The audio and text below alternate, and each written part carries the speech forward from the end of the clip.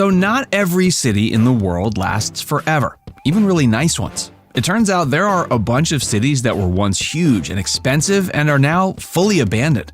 I decided to figure out what happened. So I like Paris as much as the next guy. It's full of amazing art and architecture, the food is incredible, and if you like cigarette smoke in your face, it's heaven. I kid. But you know who loves it a lot more than me? The people who once developed the abandoned city of Tianducheng, China. Because they basically tried to build a miniature Paris inside China. The idea was it would be a fancy schmancy housing development where Chinese citizens could buy a little slice of Paris to live in. So they literally built mini versions of famous French landmarks, like the Eiffel Tower and the fountain in the Luxembourg Gardens. They even had their own version of the famous street, the Champs-Élysées, only theirs was just the main square. And to be fair, the folks behind the mini Paris, or should we call it Oui Paris, weren't going halfway on this. They made sure little details like having period-accurate architecture were on point. The hope was that 10,000 Chinese citizens would live there, enjoying a French-Chinese hybrid lifestyle. But sadly, it's been a fail, and Tianducheng is basically a ghost town. Some abandoned cities like Tianducheng were aimed more at permanent residents, while others were originally glamorous tourist spots. And when it comes to fallen vacation gems, there's maybe no bigger one than Varosha, Cyprus. Okay, so imagine you were headed to the fanciest of vacation spots. I'm talking like the Seychelles or Lake Como, Italy. You heard all about it from your richest friends who insisted you just had to go there. Early on in the 1970s, Varosha was a prime destination for luxury tourism. The rich and famous would pop over for some time in the sun and to soak up some Cypriot culture and food. Among the celebs known to hit it up were Liz Taylor, Brigitte Bardot, and Richard Burton. Then it all stopped. Of course, it was for a good reason. Turkey invaded Cyprus in 1974 and basically drove everyone out. The residents fled because, they didn't want to be dead. And the Turkish military was like, hey, this resort town would be a great place to hang. And so they did. Since the mid-1970s, Varosha has been bordered by fences and used by the Turkish and UN military forces. Some real estate developers have tried to buy parts of it to maybe turn the clock back and get it glam again, but no luck so far. Speaking of getting glam, you'd look pretty great if you hit that subscribe button, just saying. The Turkish military might have taken over Varosha, but what happens when a city is taken over by an evil movie villain?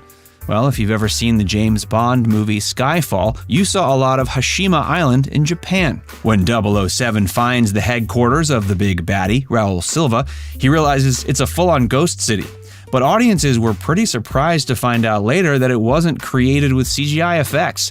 Instead, the producers just headed to a real-life abandoned city, Hashima Island. It's located right off the coast of Nagasaki, and between the late 1800s and the mid-70s, it was full of people. At first, it was an island strictly for mining workers, since there were undersea coal mines there.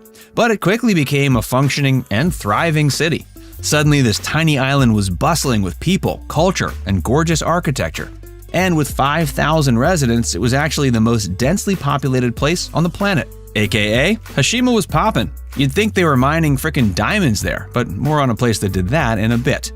Anyway, in 1974, Japan decided to close down the undersea mine there. The country was trying to move on from being a coal-powered nation. So that meant that almost all the jobs on Hashima Island were no longer around. People quickly jumped ship and headed back to other spots in Japan. Hashima soon became a fully abandoned city.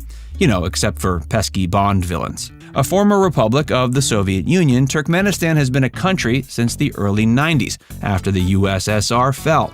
And sadly, it ended up under the rule of a, let's say, eccentric dictator.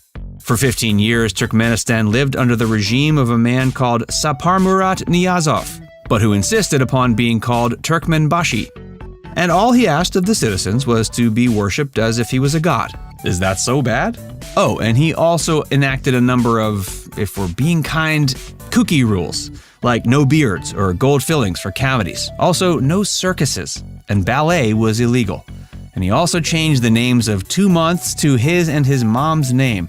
So, in retrospect, building the now abandoned city of Ashgabat was maybe among the sanest things he did.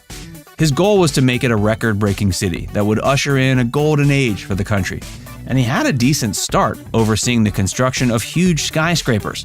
Ashgabat also quickly set the world record for having the most marble buildings at 543 of them, which is apparently a thing they have a record for.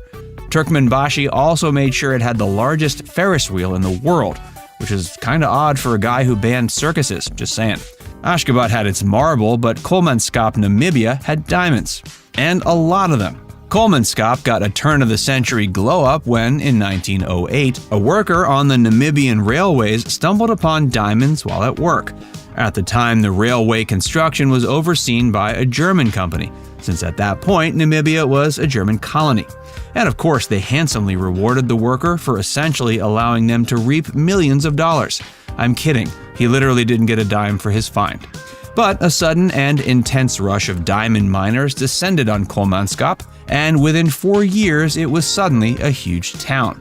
Not only did it end up with almost 12% of the diamond production in the world, but it became an odd hub of commerce and residences.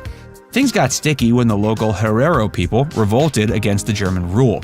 The Germans proceeded to kill more than 60,000 Herero and then declared the area a restricted zone. That meant nobody was allowed to mine for diamonds there except a specific company from Berlin. And the Herero people were forced into being laborers. By 1930, the area had pretty much been stripped of all its diamonds. Plus, another area not too far away was discovered, and it had all the diamonds they could want. So people started hightailing it out of Kolmanskap. By the early 1950s, it was a ghost town. These days, it's fully abandoned, and a reminder of the nastiness of both the diamond trade and the colonization of Africa. In the era of Joseph Stalin's rule, Vortuka, Russia was used as a labor camp, but just like with many of these now abandoned cities, it had a major boom because of one industry. In this case, it became an uber-successful coal mining town. The city is named for the indigenous people's word, place for bears. But in the mid to late 70s, it got a new nickname, the capital of the world. That's because the coal mining boom, combined with decent paying jobs that provided health benefits, attracted tons of people from all over Central Asia and Eastern Europe. And because of all those people suddenly living there, the town had to keep up. Tons of smaller towns and little villages grew in the Vortuka area, making the place of bears much more like the place of happy people. But this expansion came to a pretty quick end when the Soviet Union fell apart in 1991. Most of the coal mines closed up, which meant there weren't many jobs around. And when you add to that the fact that the weather report every day in Vortuka is usually snow with a chance of freezing to death, people weren't psyched to stick around. More than 1 million people have taken off since 1991, leaving only a handful of people who are too cash-strapped to afford to move. So it's essentially been turned into a ghost city. There are hundreds of abandoned apartments all around the city, with some scattered settlements that have people in them. Wittenoom, Australia was also pretty busy in the middle of the 20th century. It was created in 1946 because of its abundance of blue asbestos. And while asbestos is a dirty word these days, back then it was soups valuable. It was used as a building material back then, and Wittenoom suddenly became the new it girl in the blue asbestos world. Within 5 years, it was the biggest town in the region. As more people and companies came in to take advantage of the asbestos in its local gorge, the local economy grew incredibly fast. Of course, this is Australia in the 1950s, so a ton of people isn't actually all that many. But for there and then, the 881 people in Wittenoom made it a virtual metropolis. But things came to a crashing halt in 1996 when the mine was shut down. It was partially because profits had slowed, but mostly because of the dangers of asbestos starting to be discovered. And nothing can take a city from bustling to nothing more than a major health scare. The residents of Wittenoom quickly got the heck out of Dodge, and the city was soon a total ghost town. But it didn't stop there. In 2007, the Australian government officially declared it as an official contaminated site, and they tried to limit access to the area. They also literally took it off of Australian maps.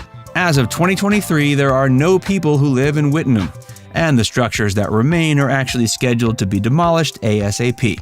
So it'll go from a ghost town to, well, just ghosts. Okay, I'm gonna go see if there are any ghost towns in my area that I can check out.